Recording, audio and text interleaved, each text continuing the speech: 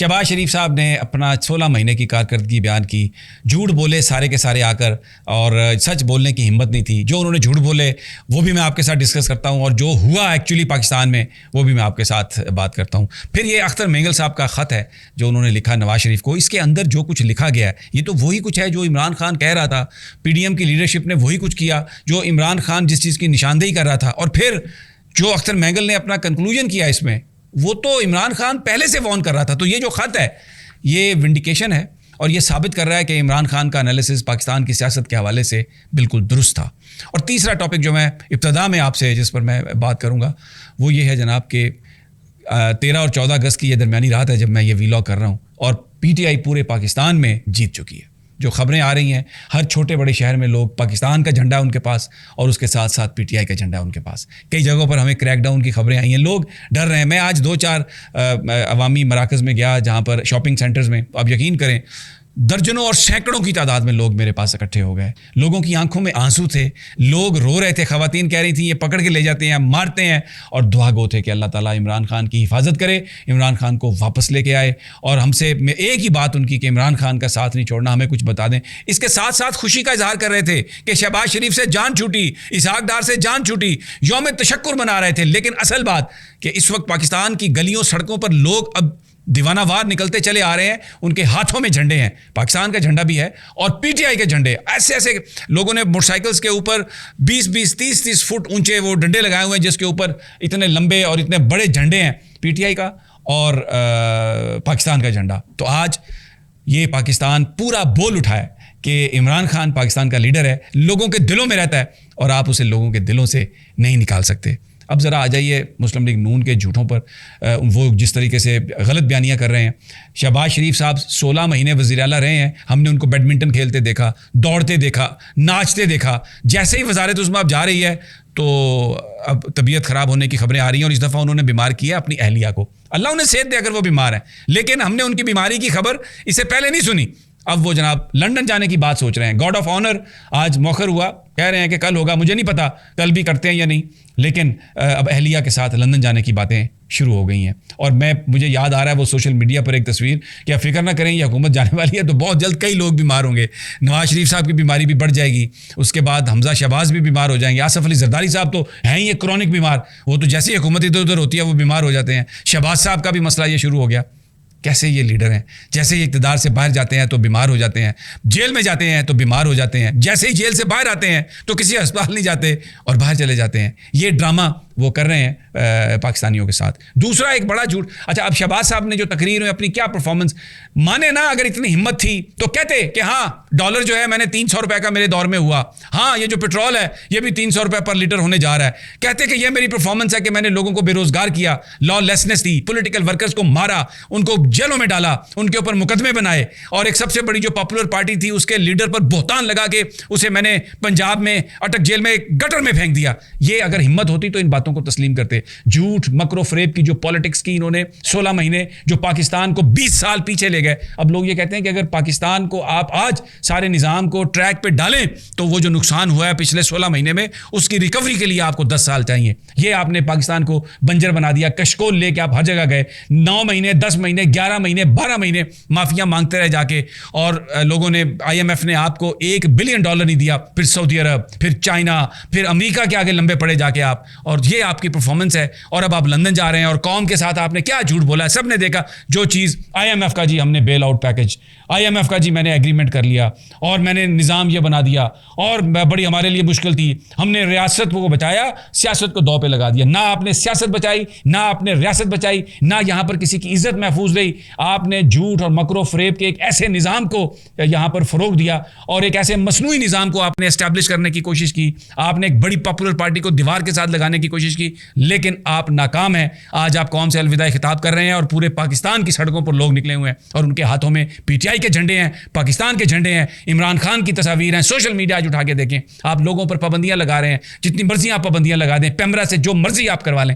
लोग ये समझते हैं कि हक पर कौन है, सच पर कौन है, और लोगों के दिलों से आप हक और सच की मोहब्बत नहीं निकाल सकते। अब आ जाइए जनाब, ये अख्तर मेंगल साहब का ख़त है।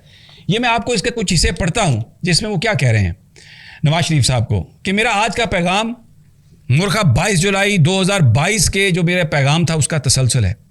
جن مسائل کا ذکر میں نے کیا تھا پہلے، کاش ان میں کمی آئی ہوتی، لیکن حسب روایت ان میں اضافہ ہوتا گیا. اب اس کا الزام کسی پر ڈالنے کی بجائے ہم اپنی شومیہ قسمت کو ہی ٹھہرائیں تو بہتر ہوگا. وہی بلوچستان، وہی جبری گمشدگیاں، سیاسی حل کے بجائے بندوق سے مسئلے کے حل کی تلاش، سیاست دانوں کی بجائے اسٹیبلشمنٹ کی طرف آس لگانا یا ان کی مشاورت سے مسئلے کا حل تلاش کرنا. میاں صاحب، ہم پر جو گزری یا گزر رہی ہے وہ ہماری قسمت، لیکن حیرانگی اس بات سے ہے جو آپ لوگوں پر گزری اس سے ابھی تک آپ نے سبق نہیں سیکھا. ہمیں جنرل ایوب سے لے کر جنرل مشرف کے مظالم اچھی طرح یاد ہیں، لیکن آپ کی جماعت مشرف اور باجوہ کی سازشوں اور غیر آئینی اقدامات کو اتنی جلدی فراموش کر کے ایک بار پھر رات کی تاریکیوں میں بغیر اتحادیوں کو اعتماد میں لیے قانون سازی کر کے جمہوری اداروں کو کمزور کر کے غیر جمہوری طاقتوں کو مزید طاقتور کر کے جمہوریت کے تابوت میں مزید کیلیں ٹھوکنے کے مترادف ہوگا. یہ سردار اختر مینگل کہہ رہے ہیں. مجھے آپ بتائیے، ذرا سوچئے، آپ پچھلے اخبارات نکال لیجئے اور عمران خان صاحب کے آپ بیان جو ہیں وہ پڑھ لیجئے. ابھی یہاں پر بات ختم نہیں ہوئی. انسانی حقوق کے برخلاف قانون سازیاں شاید ہم سے زیادہ مستقبل میں آپ حضرات کے ہی خلاف استعمال کی جائیں گی. یہ جو اتنی اجلت میں قانون سازیاں کی گئیں، 40 ایکٹ ایک دن میں پاس کیے گئے بغیر کمیٹیوں میں بھیجے، تحریک انصاف اس پر واویلا کرتی رہی، پاکستان کے وکیل اس پر بولتے رہے، پاکستان کے نوجوان بولتے رہے، لیکن وہ قانون سازیاں یہ کرتے رہے. اور اب سردار اختر مینگل اپنے خط میں انہی کا ذکر کر رہے ہیں. وہ کہتے ہیں کیونکہ ہم بلوچستان کے باسیوں کو روز اول سے انسان سمجھا ہی نہیں گیا. سی پیک سے بلوچستان کو کیا حاصل ہوا آپ سے بہتر اور کون جان سکتا ہے. کتنے موٹر وے، بجلی اور شمسی توانائی کے منصوبے، میٹرو ٹرینوں اور بسوں سے لے کر صحت اور تعلیم کی سہولتوں سے لے کر پینے کے پانی کے جو منصوبے اور سہولتیں مہیا کی گئی ہیں وہ دنیا کی ترقی کی تاریخ میں اپنی مثال آپ ہیں. موجودہ دور میں تو گوادر یونیورسٹی کے قیام بمقام لاہور کا بھی اعلان کیا گیا، جو میں سمجھتا ہوں بلوچستان میں تعلیمی پسماندگی کو دور کرنے میں ایک اہم کردار ادا کرے گا. گوادر ایئرپورٹ کا نام بجائے کسی بلوچستان کی سیاسی یا سماجی شخصیت کے کسی ایسے شخص کے نام کر دیا جس کے نام سے شاید ہی بلوچستان کے لوگ واقف ہوں.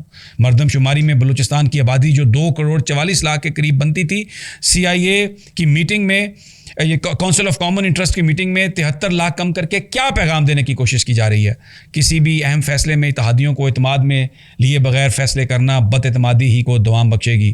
بڑے اور چھوٹے صوبوں کے درمیان نفرتوں کی مٹی سے بنائے گئے ان میناروں کی اونچائی اور مضبوطی میں کمی کی بجائے اضافہ ہی ہو سکتا ہے. اپنے مفادات کے تحفظ اور اپنی مستقبل میں آنے والی حکومت کی راہ ہموار کرنے کے لیے قانون بنائے اور توڑے بھی جاتے ہیں، لیکن اس کے برعکس اہل بلوچستان کو اپنے پیاروں کے لیے آواز اٹھانا اور آنسو بہانا بھی خلاف قانون ہے. آپ کی گزشتہ دور حکومت میں بھی یہ سب کچھ ہوتا رہا اور ہم پچھلی بار کی طرح اس بار بھی یہ تصور اور خیال کر بیٹھے کہ شاید ان تلخ تجربات کے بعد آپ کی جماعت کو اب احساس ہو گیا ہوگا، لیکن آپ کی جماعت نے ہمیں پہلے بھی غلط ثابت کیا اور اب بھی. کاش ہمیں مطالعہ پاکستان کی نصاب کی کتابوں میں گزشتہ 76 سالہ تاریخ پڑھائی جاتی تو ہم اس سے سبق حاصل کرتے، لیکن اب تو ہم اور آپ تاریخ کے سامنے صرف اور صرف جواب دہ ہیں. آج نگران وزیر اعظم کی ایسے شخص کی نامزدگی جس کی بحیثیت وزیر اعظم ہمارے لیے نہ کہ سیاست میں دروازے بند کر لیے گئے ہیں، بلکہ آپ کے اس طرح کے فیصلوں نے ہمارے اور آپ کے درمیان مزید دوریاں پیدا کر دی ہیں. یہ سردار اختر مینگل کا خط میں نے پورا پڑھا اور پلیز آپ اس کو ایک دفعہ پھر سنیے جو سردار اختر مینگل کہہ رہے ہیں. بیچ میں کچھ چیزیں انہوں نے سارکیسٹکلی کہی ہیں، وہ ترقی اور موٹر ویز کی باتیں، اور انہوں نے یہ وہی بات ہے جو پچھلے 16 مہینے سے پاکستان میں کہی جا رہی ہے. اب تمام سیاسی جماعتیں یہ کلیم کر رہی ہیں کہ انوار الحق کاکڑ کا ہمیں پتہ تھا. فیصل کریم کندی بھی یہ کہہ رہے ہیں. خورشید شاہ کا بیان آیا، جیسے ہی خورشید شاہ صاحب کا بیان آیا کہ انوار الحق کاکڑ کا تو نام ڈسکس ہی نہیں کیا گیا تھا، تو اس کے بعد شازیہ مری نے کہا نہیں یہ ہمارا بیان ہی نہیں ہے. اب فیصل کریم کنڈی بھی پوری بڑے زور و شور سے کہہ رہے ہیں کہ نہیں جناب یہ تو ہمیں پتہ تھا. قمر زمان کائرہ بھی یہی کہہ رہے ہیں ہمیں پتہ تھا. خواجہ آصف بھی یہی کہہ رہے ہیں کہ ہمیں پتہ تھا. اور جو راجہ ریاض ہیں انہوں نے یہ بتایا کہ باقی جو سارے نام ہیں وہ تو ڈسکس ہی نہیں ہوئے اور میرا یہ نام تھا اور میں نے اس نام کو اوکے کر دیا.